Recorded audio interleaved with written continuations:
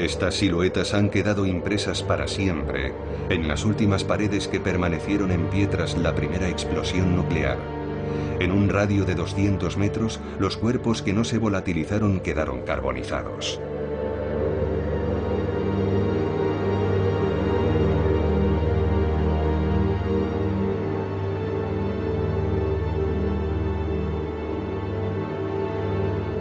Solo sobrevivieron quienes se hallaban lejos del epicentro o protegidos por muros de hormigón. Al día siguiente de la explosión, el doctor Hachilla trata de ayudar a los heridos. Todos se ven afectados por un mal misterioso. 9 de agosto. Ayer, uno de nuestros enfermos se estuvo quejando todo el día de que le dolía la boca. Hoy le han aparecido numerosas microlesiones en la boca y bajo la piel. Cuando llegó al hospital, el paciente padecía solamente un gran cansancio. Aparentemente no tenía ninguna herida. Esta mañana otros pacientes han empezado a sufrir hemorragias subcutáneas, además de vómitos de sangre. Sin embargo, ninguno de ellos presenta ningún síntoma conocido.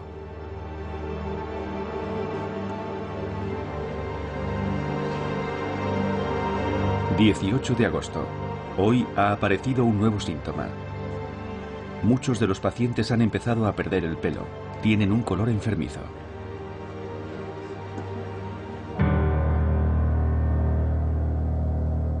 Los observadores enviados sobre el terreno por el ejército japonés no saben qué pensar. Hiroshima y Nagasaki han sido aniquiladas por un arma desconocida. Y no parece tratarse de un gas tóxico. Victoria, Japón se rinde. En Estados Unidos todos piensan que las 2 bombas atómicas han puesto fin a la guerra. Para la población es todo un descubrimiento. Estas armas han sido desarrolladas en el mayor de los secretos. Ni siquiera el Congreso sabía de su existencia. Pero la historia que se vende a la opinión pública es la de unos héroes modernos, no la de una ciencia asesina. Informe sobre nuestro desarrollo atómico.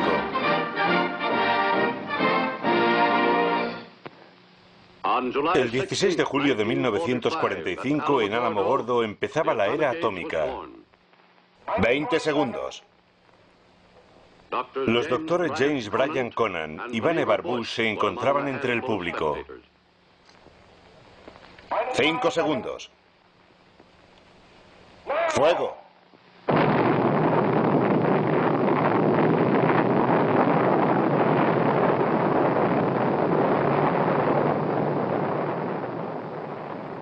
Para Mr. Conant y Mr. Bush, que han supervisado el desarrollo de la primera bomba, este fue un momento de intensa satisfacción. Esta película de propaganda narra la historia de la bomba, en la versión del ejército estadounidense. Es una ficción. Solo los personajes son reales. Hay un militar, Leslie Groves, el jefe del mayor proyecto de América durante la guerra, el Proyecto Manhattan.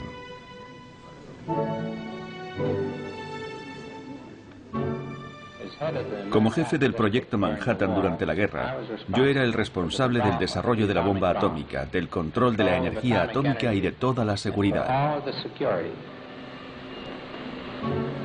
También está Robert Oppenheimer, el responsable científico del Proyecto Manhattan. Adelante, por favor. Control automático. Esta vez hay mucho en juego. Todo saldrá bien, Robert. Estoy seguro de que no nos vamos a arrepentir. Lo sabremos en 40 segundos. Corten. Su obsesión es saber si la bomba será eficaz. Y también está Bush, el político, el que hizo posible la bomba al impulsar la alianza entre militares, científicos e industriales, creando así lo que aún hoy se conoce como complejo industrial militar. De esta alianza nacerá la bomba atómica, un arma que va a cambiar el mundo.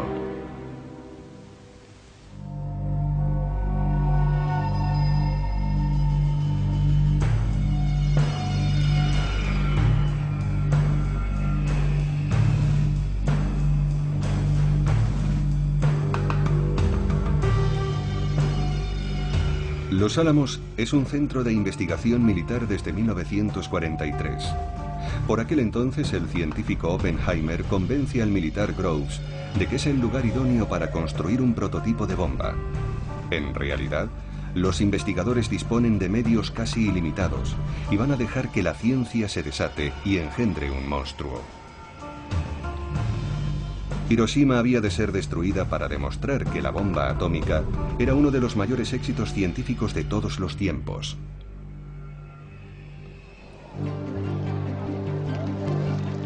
Todo empezó en 1939 cuando el célebre físico danés Niels Bohr acudió a los Estados Unidos para una reunión en Princeton. Bohr llega con una mala noticia. Al parecer, un equipo de investigadores alemanes han logrado la fisión de un núcleo de uranio. Esa operación podría producir una energía descomunal. El resultado, la fisión nuclear. En los círculos científicos, la noticia supone todo un bombazo. La parte del átomo que se pierde explota en forma de energía, demostrando así la teoría de Einstein, según la cual la masa y la energía son en realidad una misma cosa. Paralelamente, en marzo de 1939, el ejército alemán ocupa Checoslovaquia. No es solo una catástrofe para Europa Central. Los nazis se apoderan también de la mayor mina de uranio de Europa. Alemania ya dispone de materia prima para concebir una reacción en cadena por fisión nuclear.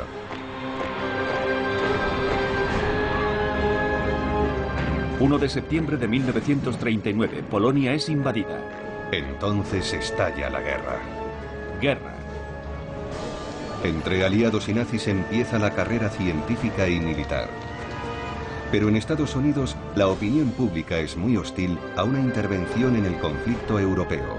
Es un dilema para el presidente Roosevelt, pues debe respetar a sus votantes, pero también preparar a su país para toda eventualidad.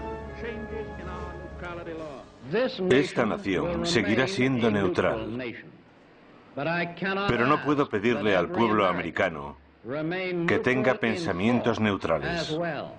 Albert Einstein es el físico más célebre de todos los refugiados en Estados Unidos. Como todos los exiliados europeos, judíos y no judíos, sabe de lo que es capaz Hitler. Por tanto, es imposible mantenerse fuera de la carrera armamentística. Empujado por el investigador húngaro Szilard, decide escribirle al presidente de Estados Unidos. Gracias a la labor de Joliot en Francia y Fermi y Szilard en América, ya es posible concebir una reacción nuclear en cadena en una masa importante de uranio, generando así grandes cantidades de energía y elementos nuevos de tipo radiactivo. Esto también podría conducir a la creación de bombas. Una sola bomba de este tipo podría ser transportada en un barco, explotar en un puerto y destruir el puerto entero y sus alrededores. Por aquel entonces, solo un puñado de investigadores entiende lo que está en juego, algo que cambiará el mundo. Un amigo de Einstein entrega personalmente la carta a la Casa Blanca. Roosevelt reacciona de inmediato. Lo que queremos es que los nazis no nos vuelen por los aires. Hemos de tomar medidas. Uno de los asesores científicos de la Casa Blanca es Vannevar Bush, quien se convertirá en uno de los 3 grandes pioneros de la era nuclear. Todos coincidíamos en que la guerra iba a degenerar en un intenso combate, que era inevitable que América acabase participando en ella tarde o temprano, que no estábamos preparados ni por asomo para ella, y lo más importante, que el sistema militar tal y como estaba planteado, nunca podría producir todas las herramientas que seguramente íbamos a necesitar. Bush, el político, preside la enormemente rica Fundación Carnegie. Decide reunir en una misma mesa a científicos, industriales y militares, los 3 pilares del futuro complejo industrial militar. Para tener éxito, Groves, el militar, está seguro de que hacen falta medios colosales y el mayor secretismo.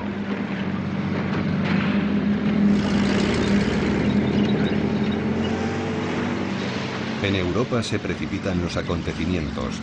Durante el verano de 1940, la ofensiva relámpago de la Wehrmacht noquea a Bélgica y Francia en 6 semanas. Gran Bretaña se encuentra sola frente a Hitler. Los alemanes desfilan por los Campos Elíseos.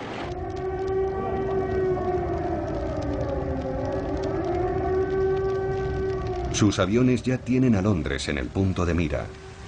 Es la Blitzkrieg o Guerra Relámpago. Los investigadores británicos del átomo llevan por aquel entonces una ventaja considerable. Cambridge alberga un prestigioso laboratorio de investigaciones nucleares. Churchill y el gobierno británico creen que bastarán 3 años para fabricar una bomba atómica.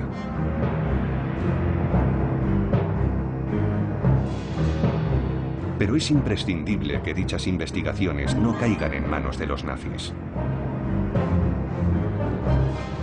Para contar lo que sucede a continuación, las películas de propaganda de la posguerra nos dan una vez más la sensación de estar siguiendo en directo un asunto ultrasecreto.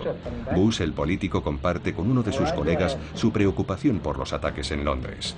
Seguramente los alemanes estén trabajando en una bomba atómica. Como ya te conté, han conseguido mucha agua pesada de esa gran planta de Noruega. ¿Para qué la van a usar si no? ¿Qué le parecen los avances de los británicos? Chadwick y los demás físicos están de acuerdo con nosotros. Con el uranio 235 la bomba funcionará. Pero son conscientes de que eso va a requerir un gran esfuerzo industrial. Los británicos están asfixiados con la actual producción de guerra. Todos solicitan que se realice aquí el trabajo. Y en efecto, la Inglaterra bombardeada decide compartir sus investigaciones con Estados Unidos. Destina a Washington un manual de instrucciones para la energía atómica, el llamado Informe Maud.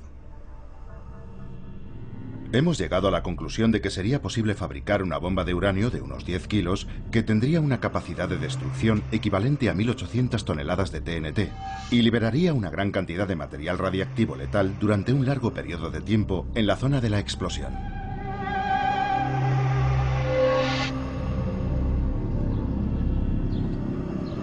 Frente a ello, Roosevelt toma una decisión política. Aunque su país sigue siendo celosamente aislacionista, el presidente da luz verde a la fabricación del arma atómica.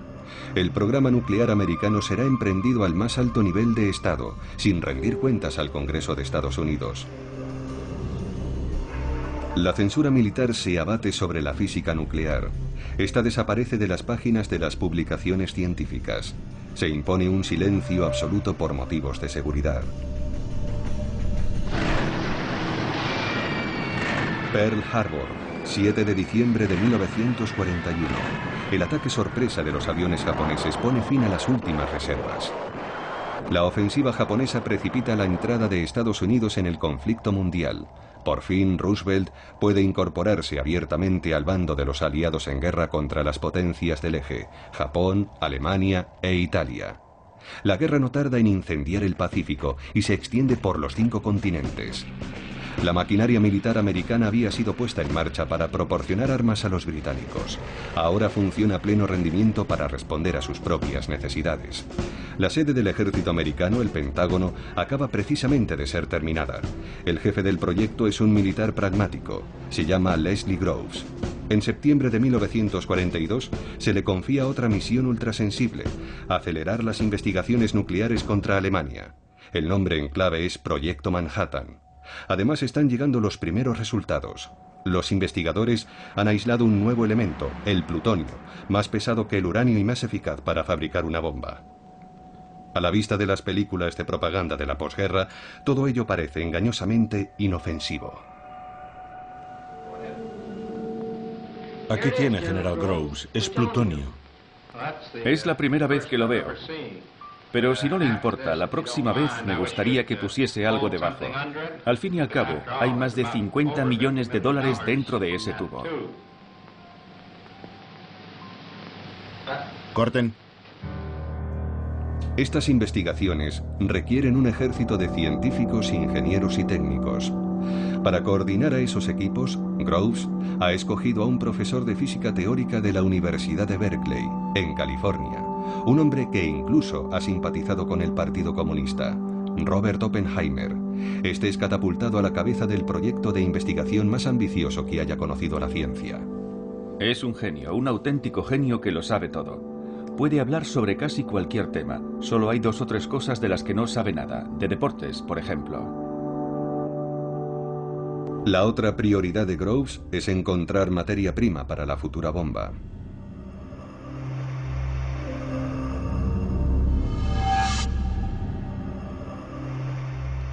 Naturalmente, lo más importante era el mineral de uranio.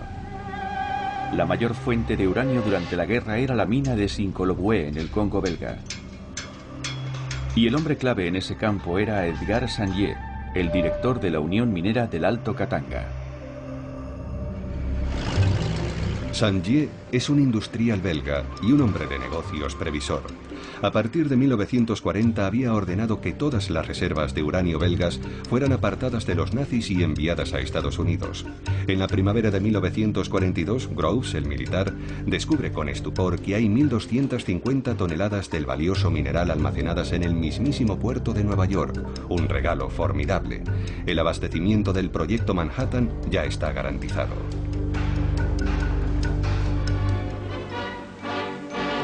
Paralelamente se produce un cambio esencial. Durante el verano de 1942 el Tercer Reich renuncia a su programa nuclear, salvo que los aliados no llegan a saberlo. Para Albert Speer, el nuevo ministro de Armamento y Producción de Guerra, los dirigentes nazis no han comprendido el cambio radical que suponía el arma atómica.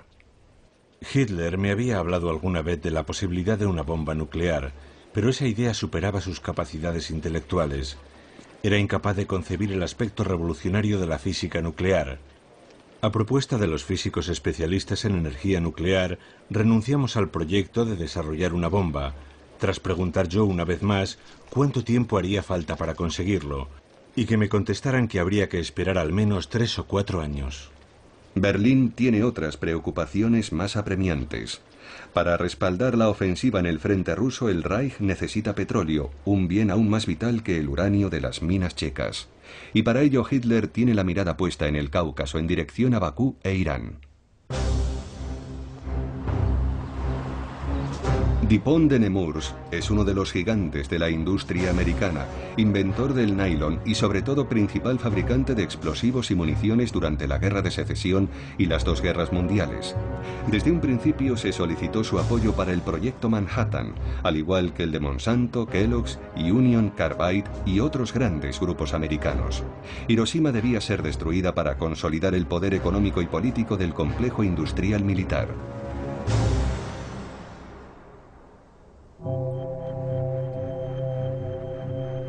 Dos meses después de que Alemania interrumpiera su proyecto nuclear, la pista de squash de la Universidad de Chicago se convierte en un gigantesco ensamblaje de grafito y óxido de uranio.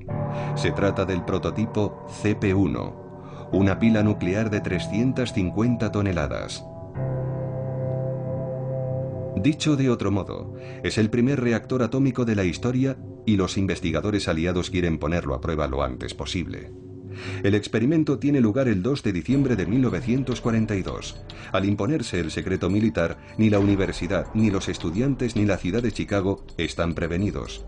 Ante un público de eruditos, el italiano Enrico Fermi, premio Nobel de Física, ordena el inicio de la reacción en cadena. Si se equivoca en sus cálculos, habrá una explosión nuclear en pleno centro de Chicago.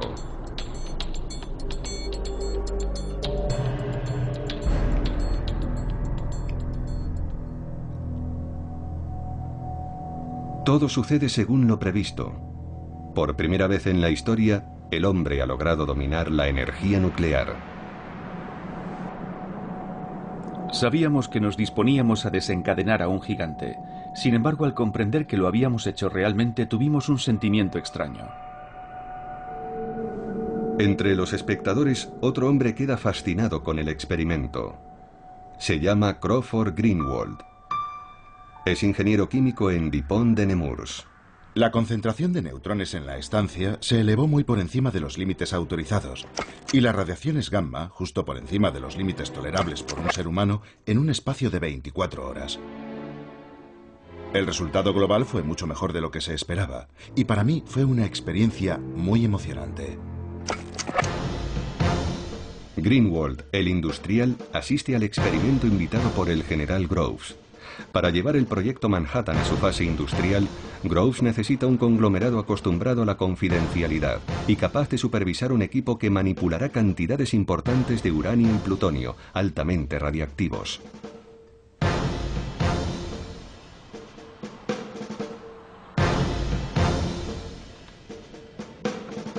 El contrato es colosal, pero los riesgos también. El industrial Greenwald duda.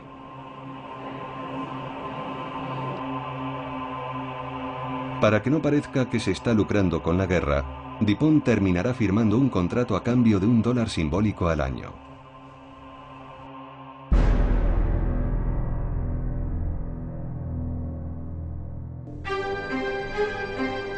Estamos en la costa oeste, en pleno desierto, a 300 kilómetros de Seattle, Hanford. El tamaño de las instalaciones construidas por DuPont de Nemours permite hacerse una idea de las necesidades industriales ingentes del proyecto. Las obras cubren un área de 1.500 kilómetros cuadrados. Tras 9 meses, 85.000 obreros construyen 3 reactores nucleares y una planta purificadora de agua capaz de abastecer una ciudad de 1 millón de habitantes.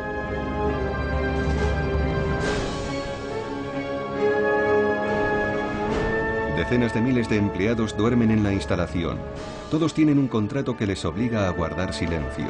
Las conversaciones telefónicas son escuchadas y el correo es leído y censurado. Hanford es una planta de producción de plutonio. Preocupado por los efectos de la radiación sobre sus tropas, el industrial Greenwald exige garantías. El militar Groves se compromete a que el gobierno americano pague $10 millones por cabeza en caso de heridas, enfermedad o fallecimiento, un importe astronómico para esa época.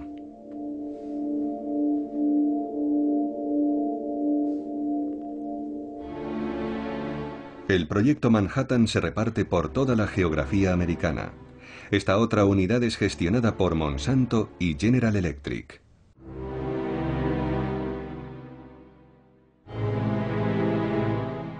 Aquí se produce uranio 235 y otras materias primas necesarias para la bomba. Hacen falta varias toneladas de uranio en bruto para fabricar 1 gramo de combustible nuclear. También aquí, Groves compartimenta al máximo los distintos eslabones de la cadena de fabricación para preservar el secreto absoluto. La mayoría de los empleados no descubrirá hasta el final de la guerra en qué estaba trabajando realmente. Todo ello, junto con los planos de la bomba, está consignado en los cuadernos del industrial Greenwald. Estos cuadernos fueron un secreto militar hasta 1989.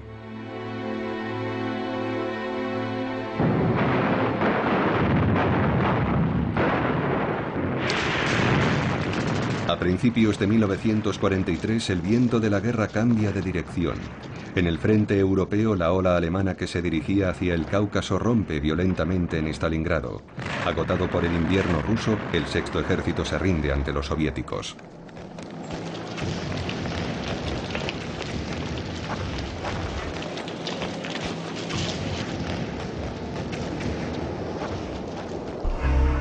Verano de 1943. Los aliados se reúnen en Quebec. Churchill ha convocado el encuentro con un objetivo concreto: no ceder a Estados Unidos el monopolio del arma nuclear.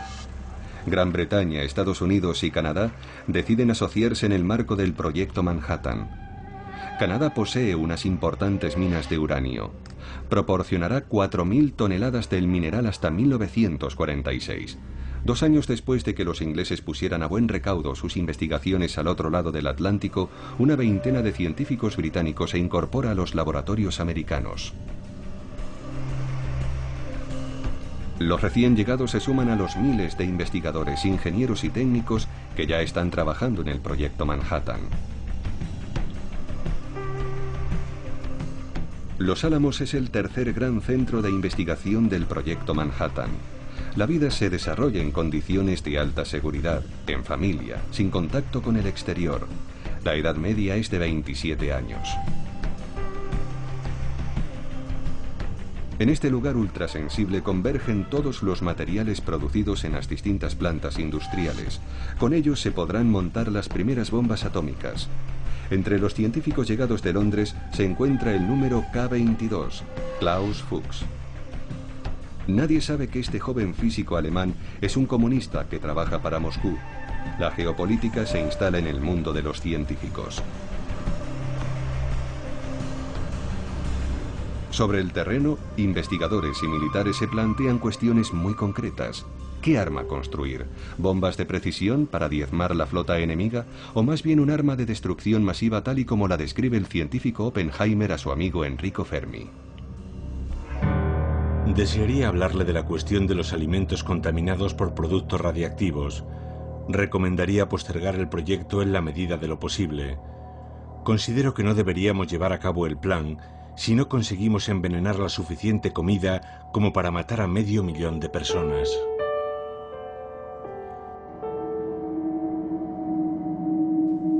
Los investigadores de Los Álamos se decantan por una bomba de efecto masivo, pero sobre todo quieren conocer mejor los efectos de la radiactividad.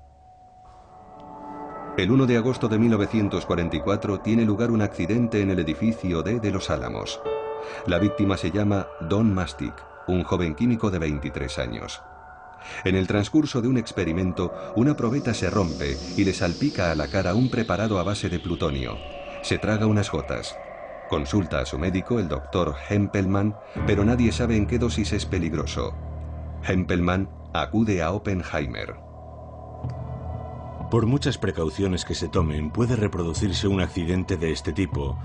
No me parece descabellado hacer una serie de investigaciones en ese sentido. Los militares aceptan llevar a cabo un programa de observación. El problema más urgente es determinar la toxicidad de los materiales que estamos empleando. El uranio, el radio, el polonio y el berilio. Para ello es preciso estudiar la forma en que estos elementos pueden introducirse en el organismo, ya sea por ingestión, inhalación, absorción por la piel u otras formas. Don Mastic es sometido a una serie de análisis médicos. Pero para conocer mejor los efectos de la radiactividad hacen falta auténticas cobayas humanas. Sugerimos que se seleccione a un paciente del hospital de Rochester para inyectarle entre 1 y 10 microgramos de sustancia radiactiva y que sus excrementos sean enviados a nuestro laboratorio para su análisis.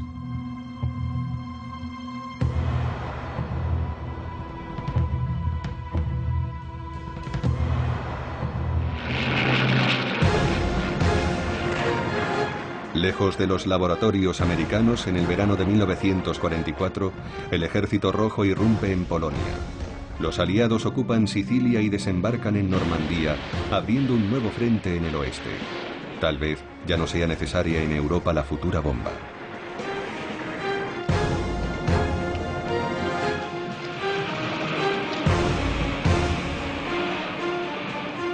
En el Pacífico, la Armada americana se aproxima más laboriosamente a Japón. En el mar de Filipinas, 128.000 marines arrebatan la isla de Saipán a las tropas del emperador. Acto seguido, el Estado Mayor establece ahí sus primeras bases aéreas. Tokio está al alcance de los bombarderos B-29, pero sigue negándose a rendirse. Roosevelt sabe que en política los mayores secretos terminan siempre destapándose. Ya lo había anticipado Lincoln antes que él. Nadie puede engañar a todo el mundo todo el tiempo. Cuando la bomba salga a la luz, habrá que sacarle partido. Con ella, América podrá dictar sus condiciones tanto a enemigos como a aliados, empezando por Stalin. Hiroshima deberá ser destruida para dar a América una ventaja decisiva frente a los soviéticos. En el verano de 1944, Churchill y Roosevelt se reúnen en Hyde Park, cerca de Nueva York. Para ellos, las derrotas alemanas no cambian nada. El proyecto Manhattan debe llevarse a cabo a toda costa. La idea de que el mundo debería ser informado sobre el programa nuclear con el objetivo de llegar a un acuerdo internacional sobre su control y su uso es inadmisible. La cuestión debe seguir siendo considerada ultrasecreta. Pero cuando por fin esté disponible la bomba, tal vez pueda usarse contra los japoneses, tras una madura reflexión, y avisarles de que habrá nuevos bombardeos, mientras no se rindan. Más de un año antes de los bombardeos de Hiroshima y Nagasaki, los políticos confirman el objetivo señalado por los militares. Será Japón. En el otoño de 1944, en plena debacle alemana, el general Groves envía una unidad especial al frente europeo. En Estrasburgo realiza un descubrimiento crucial oculto en el hospital de la ciudad, un laboratorio de física alemán. El científico de la tropa comienza inmediatamente a examinar los archivos. Según los documentos alemanes, el programa nuclear nazi ha sido interrumpido hace 2 años. Las tan temidas armas de destrucción masiva de Hitler no llegaron a existir nunca. Con ellas, se evapora la amenaza que había justificado el proyecto Manhattan. En la conferencia de Yalta, Churchill y Roosevelt aún no pueden usar la baza de la bomba, y los informadores de Stalin aún no le han desvelado todos los secretos del proyecto Manhattan. Los aliados y los soviéticos empiezan a repartirse el mundo antes del inicio de la era nuclear. Stalin se muestra interesado por los territorios chinos ocupados por los japoneses. Se compromete a atacar al ejército japonés 90 días después de la caída de Berlín.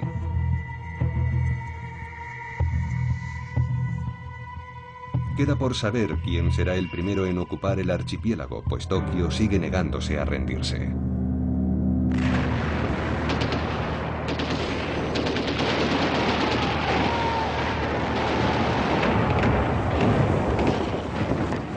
En el Pacífico, la conquista de Iwo Jima es larga y difícil.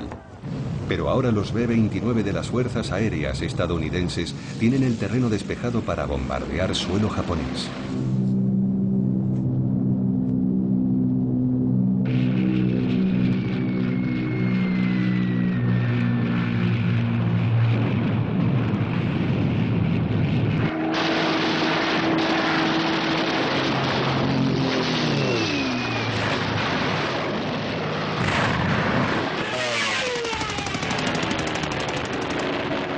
Tokio y la mayoría de ciudades importantes del archipiélago son sometidas a bombardeos incesantes.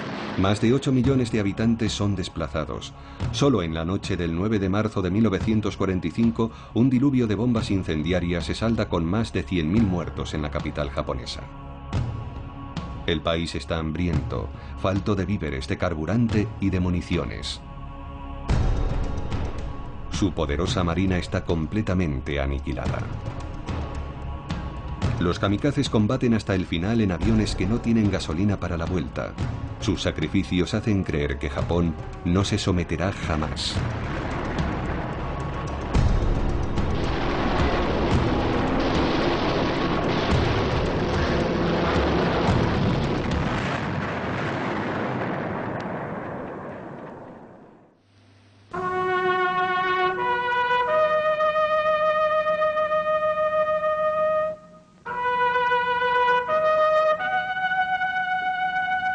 Roosevelt muere el 12 de abril de 1945. Su sucesor, un ex senador especializado en asuntos militares, Harry Truman, no está al corriente del proyecto Manhattan, a pesar de haber sido vicepresidente de Estados Unidos durante 6 meses. Su secretario de guerra le revela que Roosevelt le ha legado un secreto aplastante. Stimson me dijo que quería hablarme de la existencia de un enorme proyecto en desarrollo.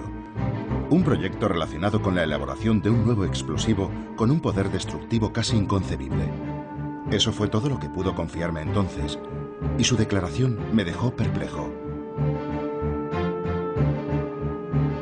Pero Truman no tardará en comprender la ventaja estratégica inédita que le confiere la bomba atómica. El que será su ministro de Asuntos Exteriores, James Burns, un allegado a Roosevelt, está convencido de ello. Burns me dijo que el arma podría ser tan poderosa como para barrer potencialmente ciudades enteras y exterminar poblaciones a una escala sin precedentes. Y añadió que pensaba que la bomba podría darnos los medios para dictar las condiciones del fin de la guerra. El propio Burns escribe el discurso de investidura de Truman. La perspectiva de disponer pronto del arma suprema refuerza la intransigencia americana. Alemania y Japón pueden estar seguros, más allá de toda duda, de que América seguirá luchando por la libertad hasta que no quede una sola bolsa de resistencia.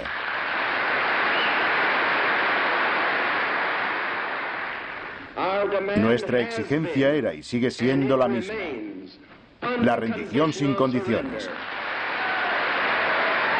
La rendición sin condiciones. En Washington, los diplomáticos americanos saben que dicha exigencia es inaceptable para los japoneses.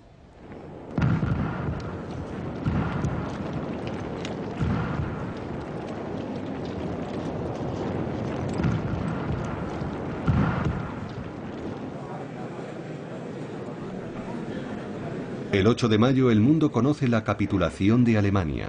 Berlín ha sido conquistada por el Ejército Rojo. Los soviéticos también han liberado Varsovia, Praga, Budapest y Sofía. Stalin no tiene intención de retirarse todavía.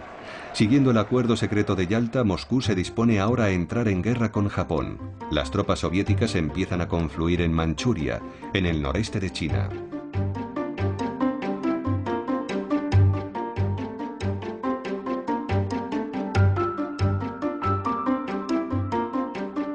En Europa ya ha empezado la posguerra.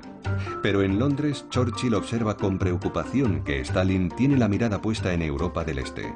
Propone a Truman organizar una cumbre, sin más demora.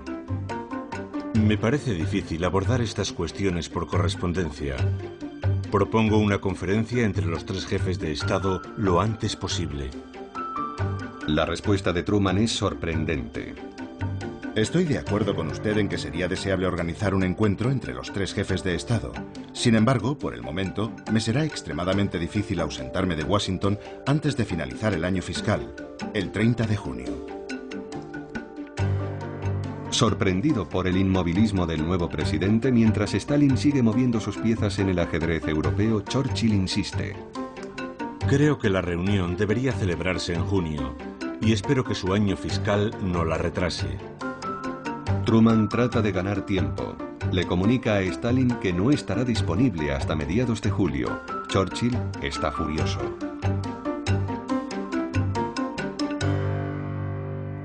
Considero que el 15 de julio, repito, julio, el mes después de junio, es demasiado tarde para abordar las urgentes cuestiones que reclaman toda nuestra atención.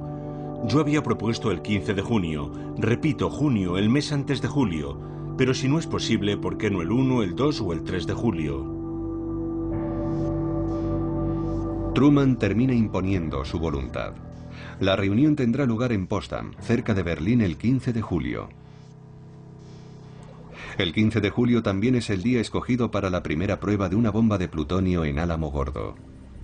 Truman desea conocer el resultado de la prueba antes de la cumbre de Potsdam.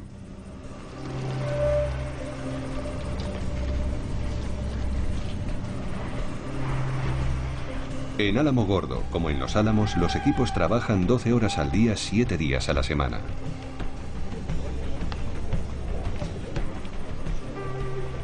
Así lo cuenta Oppenheimer. No creo que hayamos trabajado nunca a un ritmo tan acelerado como durante el periodo entre la capitulación alemana y la utilización efectiva de la bomba. Estábamos sometidos a una presión increíble para acabar antes de la reunión de Potsdam.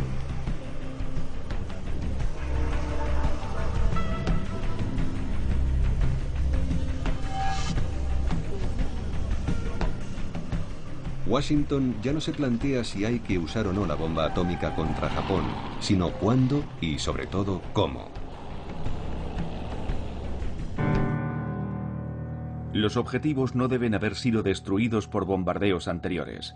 También es deseable que el primer objetivo sea de un tamaño tal que los daños se limiten al ámbito de aplicación. Así determinaremos mejor la potencia de la bomba. Hasta la fecha, 3 ciudades relativamente intactas han sido designadas como objetivos: Niigata, Kokura e Hiroshima. La prueba debe ser eficaz desde el primer bombardeo. Para las fuerzas aéreas estadounidenses, Hiroshima presenta muchas ventajas. Es un buen objetivo, y su tamaño es tal que una buena parte de la ciudad puede quedar dañada. Las colinas circundantes podrían producir un efecto de reverberación que aumentaría considerablemente los daños. Queda por saber si hay que advertir a los japoneses. Algunos científicos en Chicago son partidarios de ello. Consideramos imprudente el uso de la bomba nuclear contra Japón sin anunciárselo previamente. Si Estados Unidos es el primer país en usar este nuevo medio de destrucción, perderá el apoyo de la opinión pública en todo el mundo. Leo Szilard, el físico exiliado amigo de Einstein, acude específicamente a Washington para defender la causa de los civiles. El secretario de Estado americano Burns le da a entender que ya nada puede detener la máquina. Me dijo que habíamos gastado ya $2.000 millones para desarrollar la bomba. ¿Cómo iba a destinar el Congreso más fondos a la investigación sobre la energía nuclear si no se mostraban los resultados obtenidos con el dinero ya gastado? El Congreso empieza a hacerse preguntas sobre la ingente cantidad de gastos no justificados del Ejército de Tierra. Después de 3 años de secreto absoluto, la bomba debe salir a la luz. Mientras no haya sido usada contra un objetivo real, su potencia seguirá siendo invisible, incomprensible. No podemos proponer ninguna demostración técnica capaz de poner fin a la guerra. La única alternativa que vemos es el uso militar directo. Los responsables políticos y científicos son unánimes. Hay que utilizar la bomba. Se está configurando un nuevo mundo. El 1 de junio de 1945 el secretario de Guerra lo declara ante los industriales y los científicos. Las implicaciones del proyecto Manhattan van mucho más allá de la actual guerra. Hay que mantener intactas las plantas industriales existentes, formar reservas importantes de materiales de uso militar, industrial y técnico, y por fin abrir el camino al desarrollo industrial. América ya está preparando el futuro. La bomba atómica desempeñará un papel central en él, y la perspectiva de una industria nuclear a gran escala empieza a perfilarse.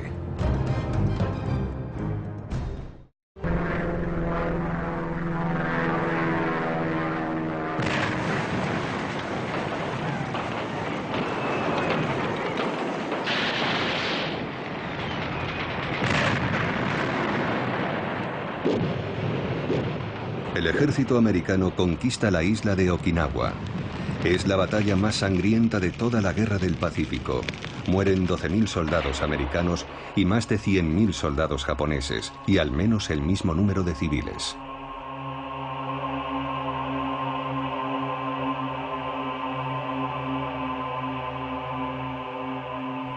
Okinawa era la última muralla antes del desembarco de las fuerzas americanas en el archipiélago japonés.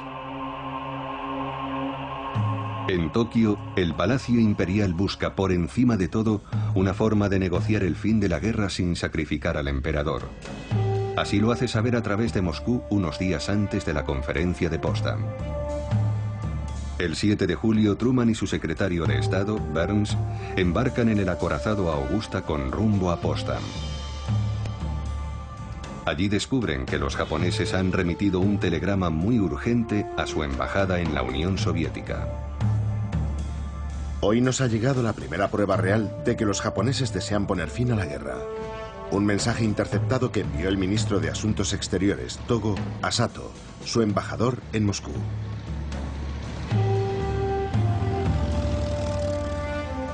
Le pide que se reúna con Molotov y le comunique que el emperador ansía poner fin a la guerra. Asimismo, Togo asegura que el término capitulación sin condiciones propuesto por los aliados es el único obstáculo para el cese de las hostilidades y que de mantenerse es inevitable que los japoneses sigan combatiendo.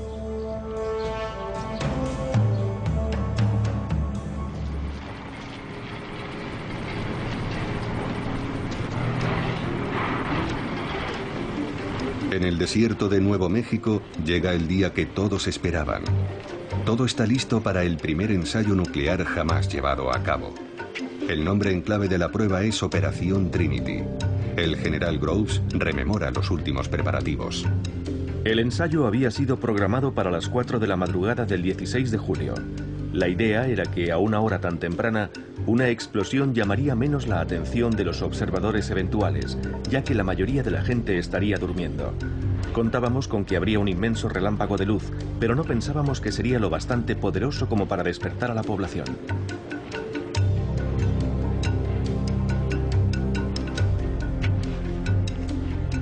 Lo llaman el Gadget, una bomba de implosión cargada con 6 kilos de plutonio. 150.000 personas han trabajado en la creación de este monstruo de metal, cuyo corazón es apenas más grande que una pelota de tenis.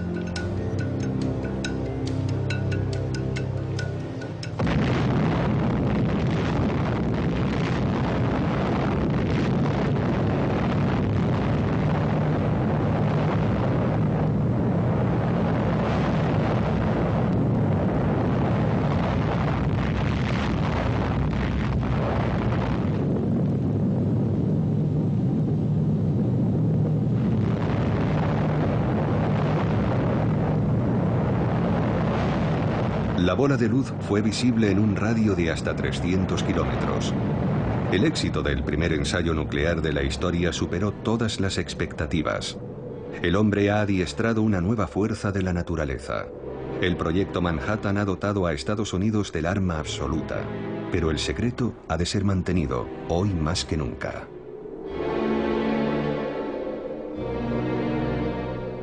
Groves, el militar, difunde un comunicado redactado con antelación. Ha explotado un polvorín situado en los confines de Álamo Gordo. Almacenaba una cantidad importante de potentes explosivos y material pirotécnico. El accidente no ha causado víctimas y los daños materiales, aparte del propio polvorín, son de escasa consideración. El comunicado oficial de Groves no tiene nada que ver con la realidad, pero es preciso frenar cuanto antes las preguntas de la ciudadanía.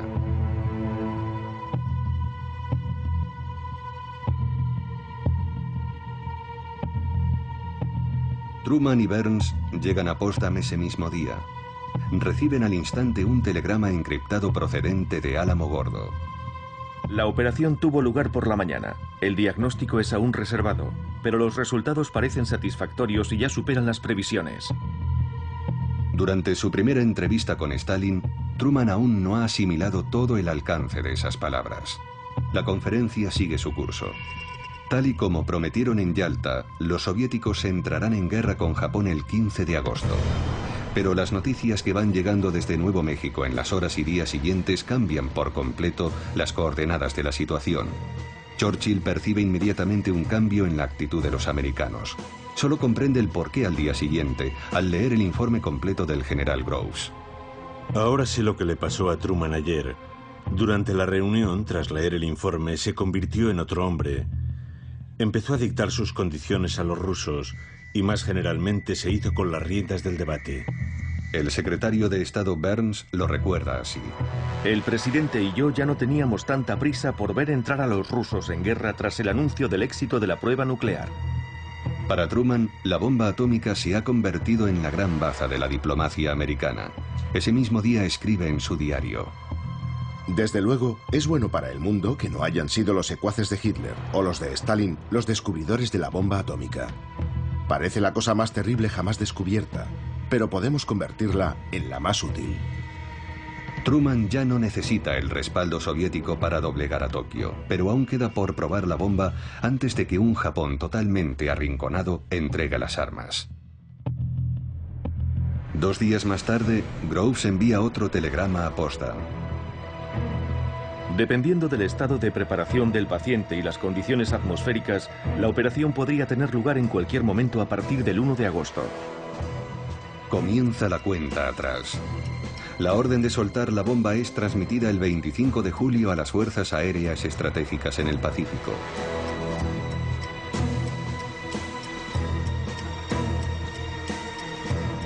Truman, Churchill y Chiang Kai-shek firman la declaración final de los aliados. La Unión Soviética de Stalin ni siquiera ha sido invitada a participar en la redacción del texto. Llamamos al gobierno japonés a aceptar sin más dilación la capitulación sin condiciones de sus fuerzas armadas, evidenciando así su buena fe. La otra alternativa para Japón será una destrucción instantánea y total. Furioso, Stalin comprende que ha sido traicionado. Sabe a través de su espía en Los Álamos que la bomba atómica está lista. Acelera el despliegue de sus tropas en Extremo Oriente, en un intento por ser el primero en ocupar Japón. En Potsdam acaba de escribirse el primer capítulo de la Guerra Fría.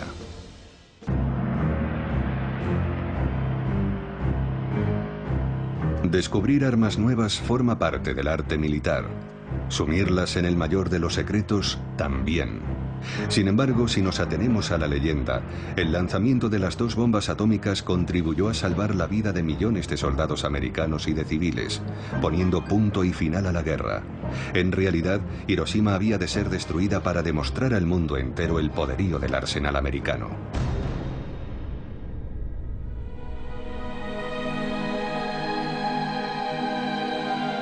El aeropuerto militar americano de Tinian.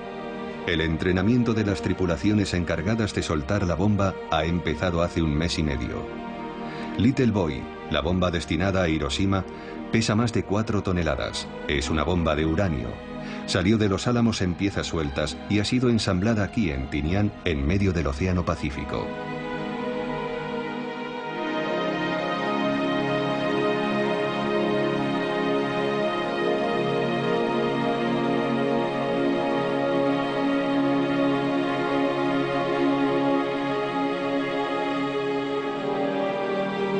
Un bombardero B-29 se prepara para recibir la bomba. Es bautizado como Enola Gay, en homenaje a la madre del piloto. 6 de agosto de 1945. Para una mayor precisión, el lanzamiento de la bomba ha de efectuarse por contacto visual, no por radar. 3 aviones de reconocimiento despegan rumbo al archipiélago para estudiar las condiciones climáticas de los 3 objetivos potenciales. En Kokura el cielo está nublado, Niigata queda demasiado lejos dado el peso de la bomba. En Hiroshima el cielo está despejado. Esta ciudad será pues el objetivo designado. Little Boy es soltada a más de 9.000 metros de altura. Explota unos 40 segundos más tarde, a 600 metros por encima de Hiroshima.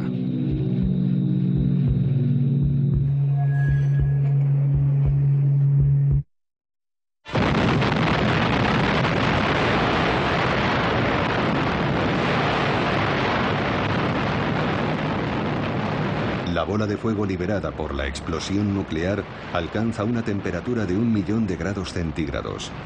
Se propaga a una velocidad superior a la del sonido, quemando todo el oxígeno a su paso. Es como si estuvieran haciendo un sol en la superficie de la Tierra.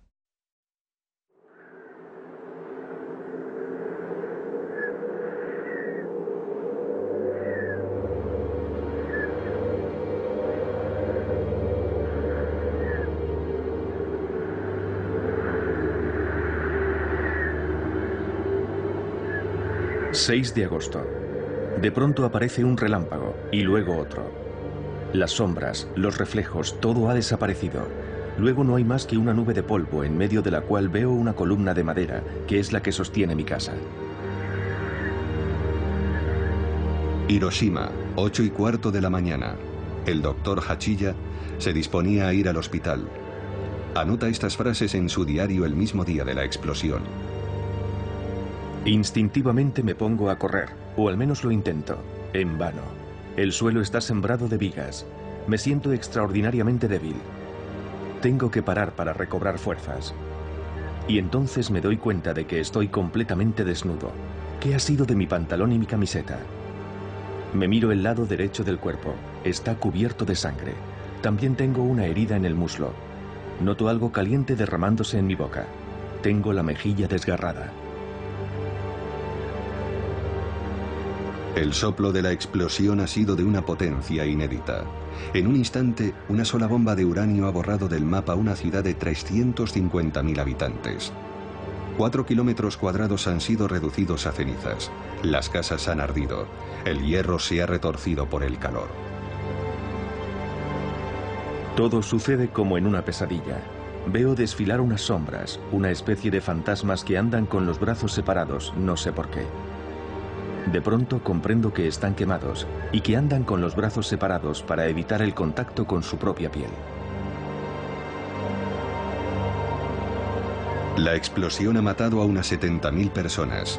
Otras 70.000 morirán en el transcurso de los meses siguientes por los efectos de la radiación. 200.000 habitantes sobreviven. Son los Hibakusha, los irradiados por la bomba atómica.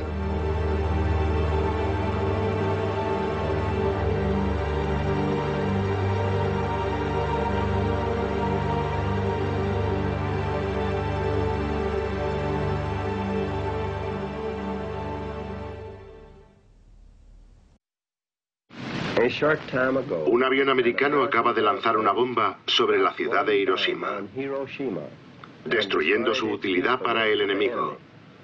La potencia de esta bomba es superior a la de 20.000 toneladas de TNT. Es una bomba atómica. Es la dominación del poder elemental del universo. A los 2 días de la explosión de la bomba en Hiroshima, los soviéticos declaran la guerra a Japón. 1,5 millones de soldados atraviesa las fronteras de Manchuria, ocupada por Japón desde 1931. Las tropas japonesas no se defienden. Faltas de municiones, se rinden ante los soviéticos. En la base de Tinian, la segunda bomba está lista por fin. La concepción de Fat Man es muy distinta a la de Little Boy. Es una bomba de plutonio, como el gadget de la Operación Trinity. Es menos cara que Little Boy, es más eficaz, y su producción en masa es más fácil. Hay que probarla a toda costa. Ya solo falta la dedicatoria del general Groves. Se la transmite desde Estados Unidos a su brazo derecho, el coronel Farrell. Para Hirohito, con todo mi cariño.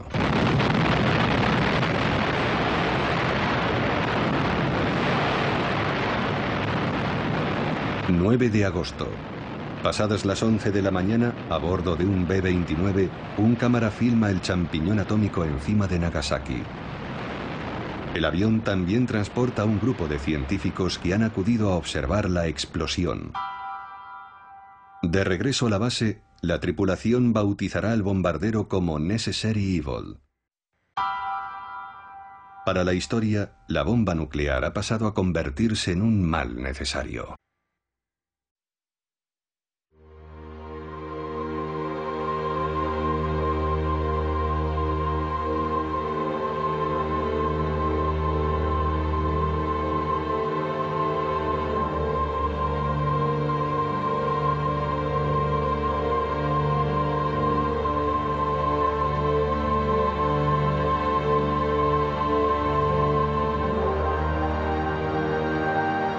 En Nagasaki, 80.000 habitantes mueren en el acto o en los 4 meses siguientes.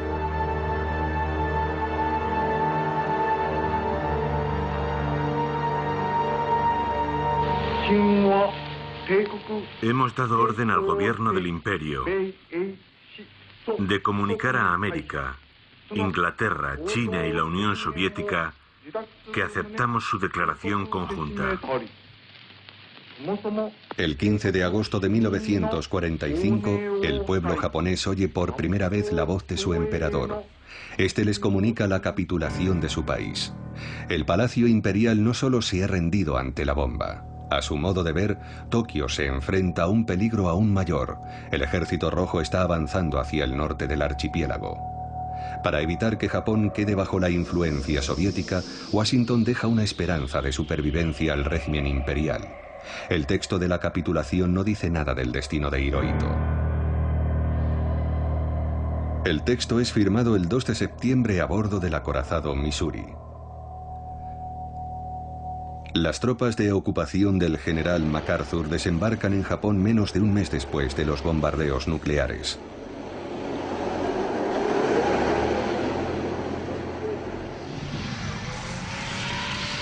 Pero los primeros extranjeros en llegar a Hiroshima y Nagasaki son los periodistas. El australiano Peter Barchett queda horrorizado ante los síntomas que presentan los supervivientes. En Hiroshima, 30 días después de la primera explosión atómica que ha destruido por completo una ciudad y conmocionado al mundo entero, los habitantes que no han sido tocados directamente por la deflagración sufren atroces dolores y siguen muriendo por razones aún desconocidas que solo podemos describir como una peste atómica.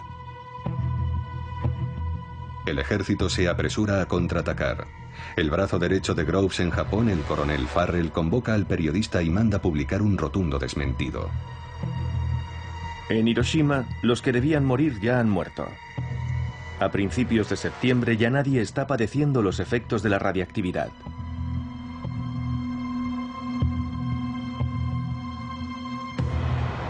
Farrell visita el hospital de Hiroshima. El personal médico lo acribilla a preguntas. A mediados de septiembre aconseja a su jefe, Groves, que extienda las operaciones de apaciguamiento. Ayer en Hiroshima nos reunimos con los médicos japoneses. El profesor Suzuki nos preguntó si la explosión no habría liberado algún tipo de gas tóxico. Para poner fin a esta clase de especulaciones, hemos contestado formalmente que no se habían utilizado gases tóxicos.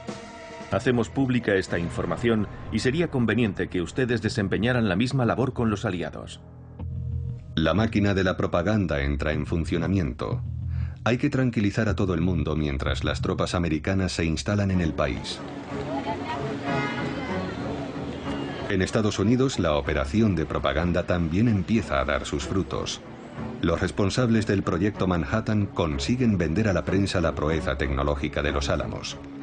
El 11 de septiembre de 1945, el militar Groves y el científico Robert Oppenheimer organizan para la prensa un viaje a la zona cero de Nuevo México.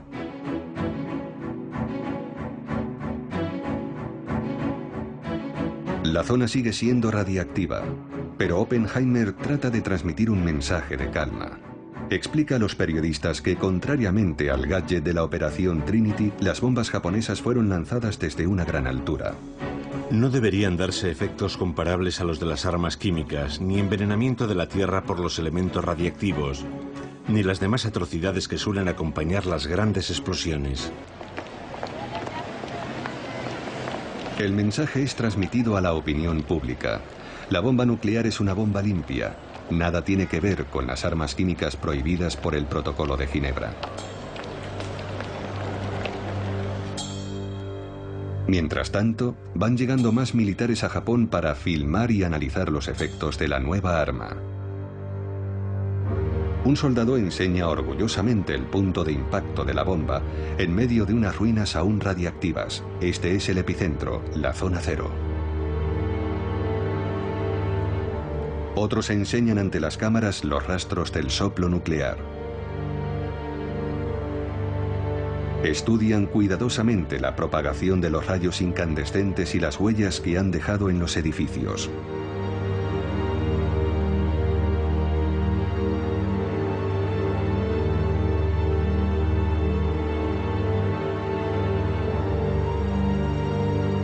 Ante la prensa, las fuerzas de ocupación niegan rotundamente la persistencia de la radiactividad. Mientras tanto, los observadores americanos siguen midiéndola meticulosamente.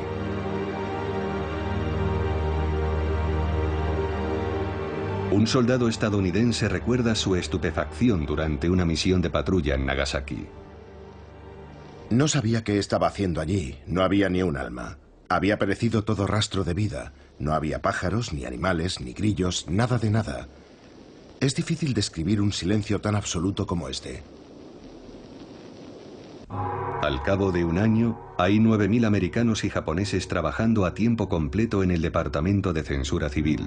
La censura de las tropas de ocupación resulta ser tremendamente eficaz.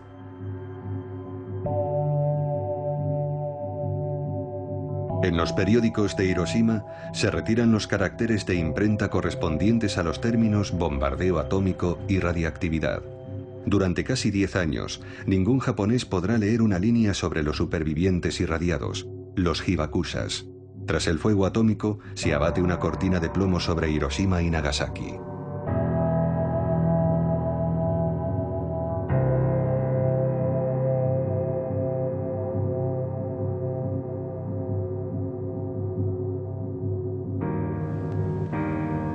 Todos los documentos censurados durante esos años están conservados aquí, en la Universidad de Maryland, cerca de Washington. Decenas de miles de libros, periódicos y carteles. Frente a los oficiales americanos que protestan contra el peso de esta censura, el general MacArthur se mostrará siempre inflexible. Esta propaganda falaz y perniciosa tiene por objetivo dar la impresión de que se ha instaurado una censura arbitraria y cínica. Tras haber amordazado a la prensa, queda una operación más delicada por llevar a cabo: la desinformación sobre los efectos de la bomba.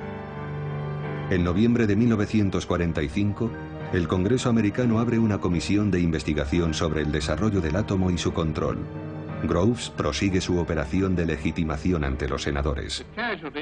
Si hubiéramos tenido que combatir en Japón, el número de víctimas hubiera sido enorme. Churchill lo estimaba en más de 1 millón de muertos.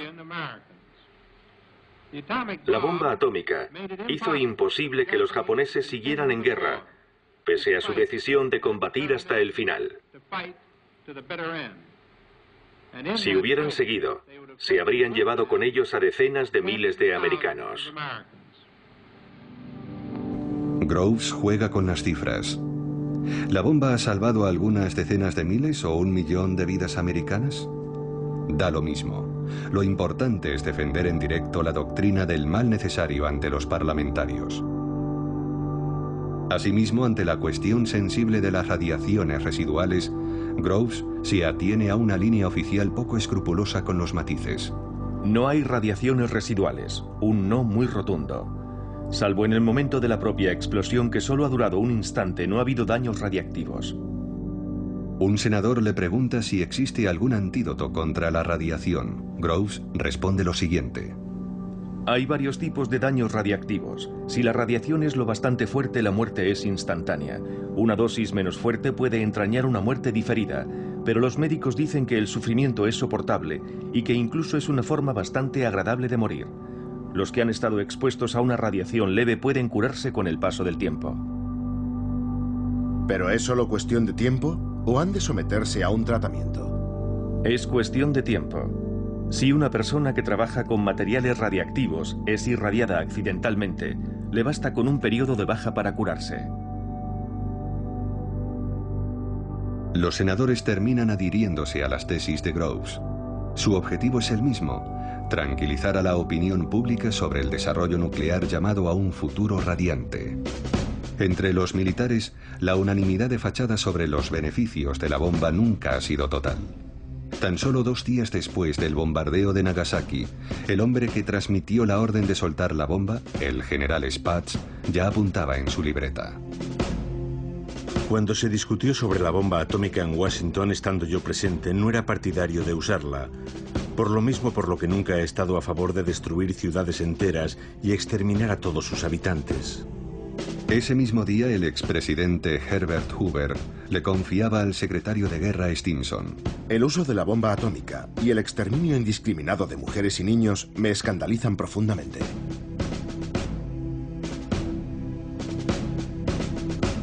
Stimson es el único responsable político que ha permanecido en su cargo durante todo el proceso del Proyecto Manhattan. En el verano de 1946, se le pide que firme un artículo para frenar la polémica en torno a la bomba. El texto es publicado en la revista Harper's Magazine. Asegura de una vez por todas que el arma atómica fue el último recurso para poner fin a la guerra y salvar más de 1 millón de vidas americanas. En privado, Stimson confesará no reconocerse en este texto, en gran medida inspirado por los responsables del Proyecto Manhattan. Pero la doctrina queda definitivamente sellada. La bomba era un mal necesario y hasta imprescindible.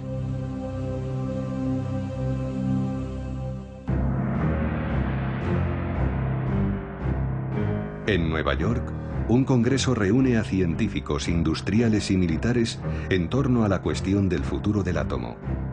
A finales de 1945, los hombres que concibieron la bomba en la sombra se congratulan en público y ya empiezan a preparar el futuro. Vamos a hablar del futuro, no del pasado. Doctor Conant, han hablado todos mucho de las razones del éxito del Proyecto Manhattan. Pero ahora están sentados a la misma mesa que un grupo de hombres que no salen en las portadas de los periódicos y no se dejan ver en las galas ni nada por el estilo. Son los empresarios.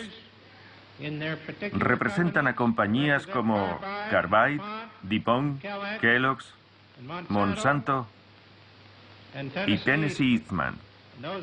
Estos hombres han realizado el trabajo industrial que ha convertido el Proyecto Manhattan en algo tangible y factible, más allá de un mero proyecto. Pienso que todos ustedes deberían recordarlo.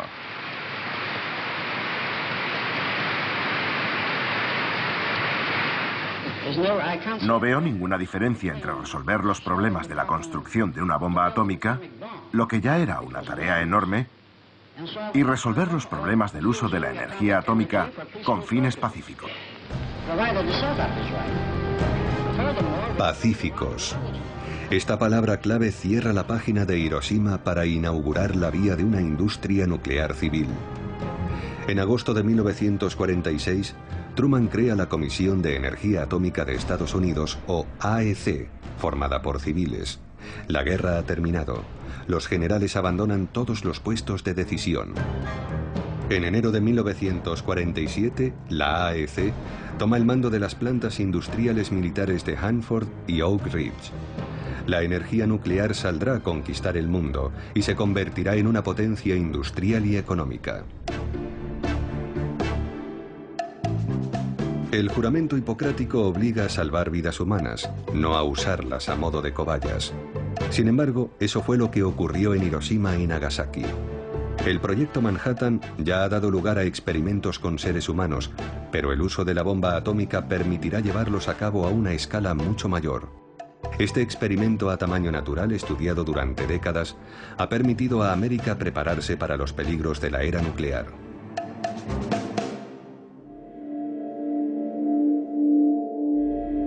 Para comprender ese secreto, hay que remontarse a los inicios del proyecto Manhattan. Ya entonces, los científicos, así como los industriales, están preocupados por los efectos de la radiactividad sobre el cuerpo humano. Exigen que se practiquen experimentos concretos. El joven científico que había tragado accidentalmente algo de plutonio fue solo el primero de una larga serie. Los radiólogos quieren conocer la dosis máxima de radiación tolerada por el cuerpo. Abril de 1945. Por fin ha llegado el día del primer experimento con un cuerpo humano. Hemos podido corroborar con precisión los datos del laboratorio. Se selecciona a una serie de pacientes en diferentes hospitales. Cada uno recibe un número encabezado por las iniciales HP, por Human Product, es decir, producto humano. Se ha tomado la decisión de no informar a los pacientes de la naturaleza del producto que se les estaba inoculando. Unas jeringuillas especiales de plomo son concebidas para inyectar dosis de plutonio de unos 5 microgramos. Los resultados confirman los de las pruebas realizadas sobre animales. No deparan ninguna sorpresa. El plutonio, 30 veces más tóxico que el radio, es un poderoso cancerígeno. 3 pacientes son sometidos a estas pruebas en abril de 1945 y otros 11 a partir de septiembre tras el fin de la guerra. Por aquel entonces, el responsable del proyecto Productos Humanos acaba de llegar a Nagasaki. Es el Dr. Warren, el médico jefe del proyecto Manhattan. Warren no ha venido a curar a las víctimas ni a compartir datos con los médicos japoneses. Quiere estudiar los efectos del plutonio sobre los irradiados. Toda la información es transmitida a Estados Unidos. Enfermedades causadas por la radiactividad. Al finalizar el periodo crítico de 2 semanas, las quemaduras y llagas que creíamos en vías de curación han empeorado repentinamente y no se han podido detener las hemorragias. Muchos de los pacientes han muerto y la cifra de fallecidos no ha parado de aumentar cada día. Han aparecido erupciones cutáneas en la mitad superior del cuerpo de las víctimas, extendiéndose por el resto del cuerpo, y su estado ha empeorado. Otro de los síntomas característicos del periodo crítico es la alopecia.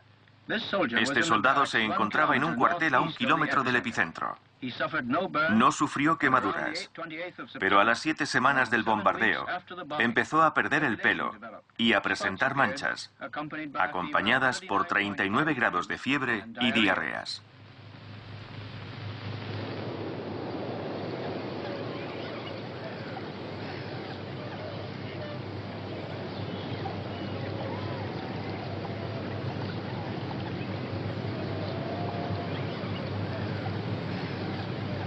Los asistentes de Warren recopilan informes médicos, toman muestras y filman la evolución de los síntomas.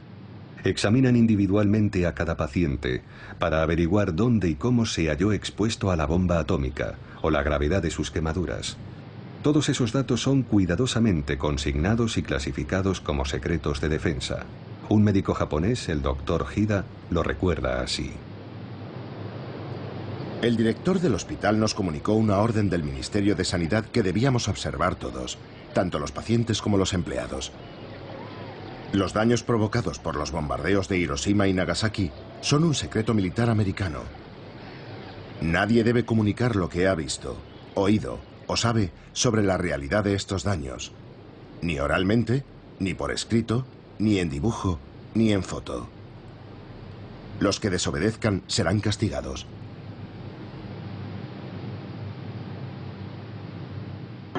Warren, el médico, es muy preciso en sus observaciones. Sin embargo, su primer informe se acoge perfectamente a la línea oficial.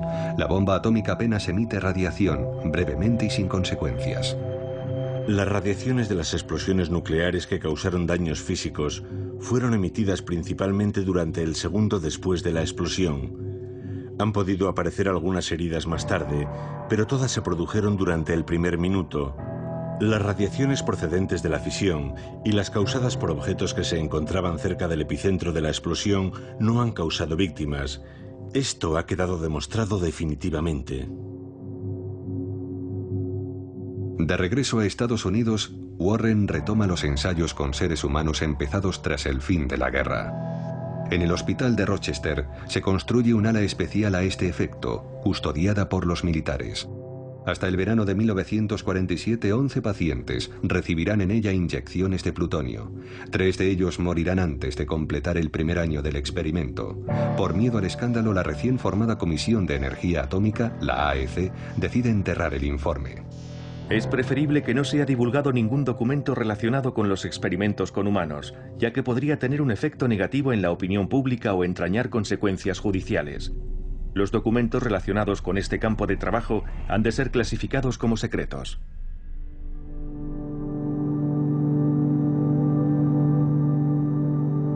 En Estados Unidos se habla de la ética médica, mientras en Hiroshima y Nagasaki comienza una gran investigación sobre las radiaciones. El nuevo secretario de la Armada, James Forrestal, presiona a Truman para que explote los datos científicos recabados en Hiroshima y Nagasaki. Los resultados provisionales de la investigación arrojan que unos 14.000 japoneses han sido irradiados por la explosión nuclear. El análisis de estas personas y de los demás habitantes es una oportunidad única y muy importante para los aliados para emprender investigaciones médicas y biológicas sobre los efectos de la radiactividad. Dichas investigaciones no pueden ser interrumpidas ahora, sino que han de llevarse a cabo a largo plazo. Una oportunidad única. Poco después, Truman promueve la fundación de una comisión de víctimas de la bomba atómica, la ABCC, que se instala en Hiroshima y Nagasaki. Con la colaboración del Ministerio de Sanidad japonés, la ABCC retoma el trabajo del Dr. Warren a gran escala, estudiar el efecto a largo plazo de la radiación sobre las víctimas de la bomba. Una vez más, los supervivientes se ven obligados a cooperar en las investigaciones médicas, sin recibir ningún tratamiento.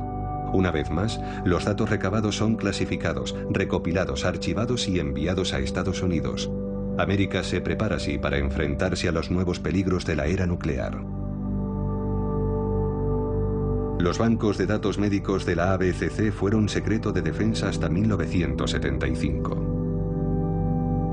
En 1973, un informe confidencial de la ABCC explicaba la vital importancia de esta labor para futuras generaciones.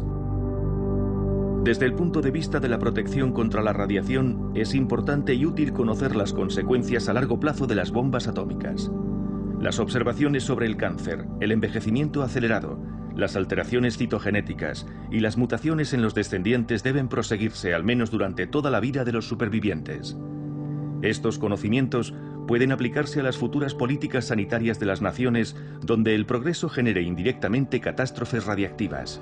Progreso. Ya ha sido pronunciada la palabra. Será el leitmotiv del boom de la posguerra y de la Guerra Fría. El progreso a toda costa sin consultar a los pueblos. Y el paroxismo del progreso es la energía nuclear.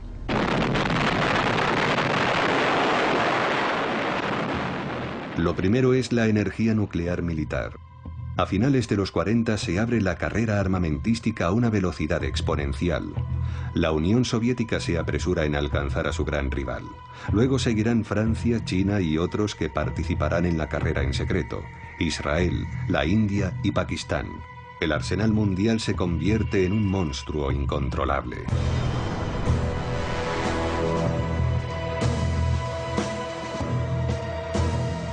También simbolizan el progreso las nuevas centrales, que abastecen a numerosos países con una energía milagrosa, inagotable e inocua. Con la ayuda de su antiguo enemigo, Estados Unidos, Japón se convierte en el tercer productor mundial de energía. Pero Fukushima vuelve a sumir brutalmente al país en la pesadilla atómica. En Hiroshima, la antigua ABCC es hoy todo un referente internacional sobre las normas de protección contra la radiactividad.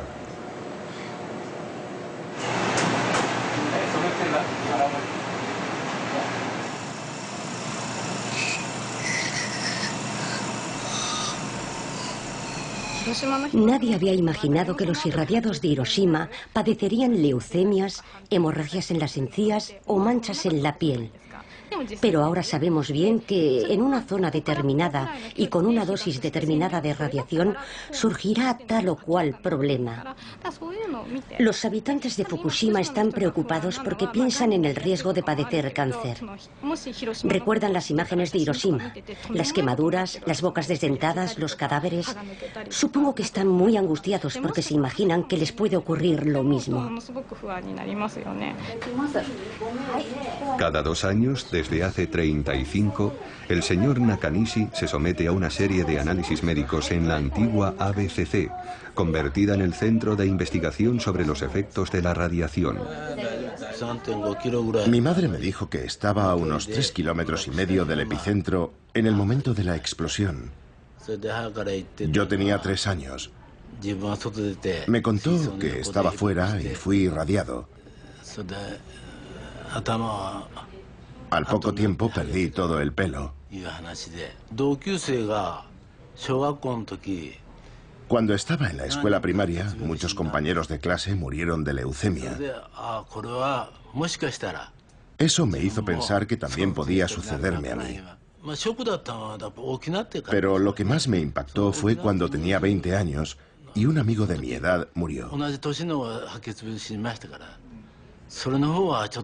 Eso me asustó mucho. Se puede morir por la bomba atómica más de 20 años después.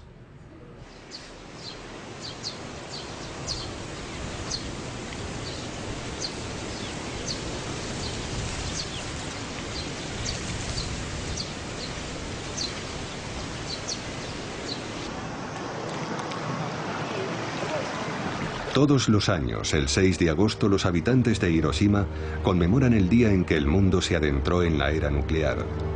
Japón fue el único país víctima de la bomba atómica.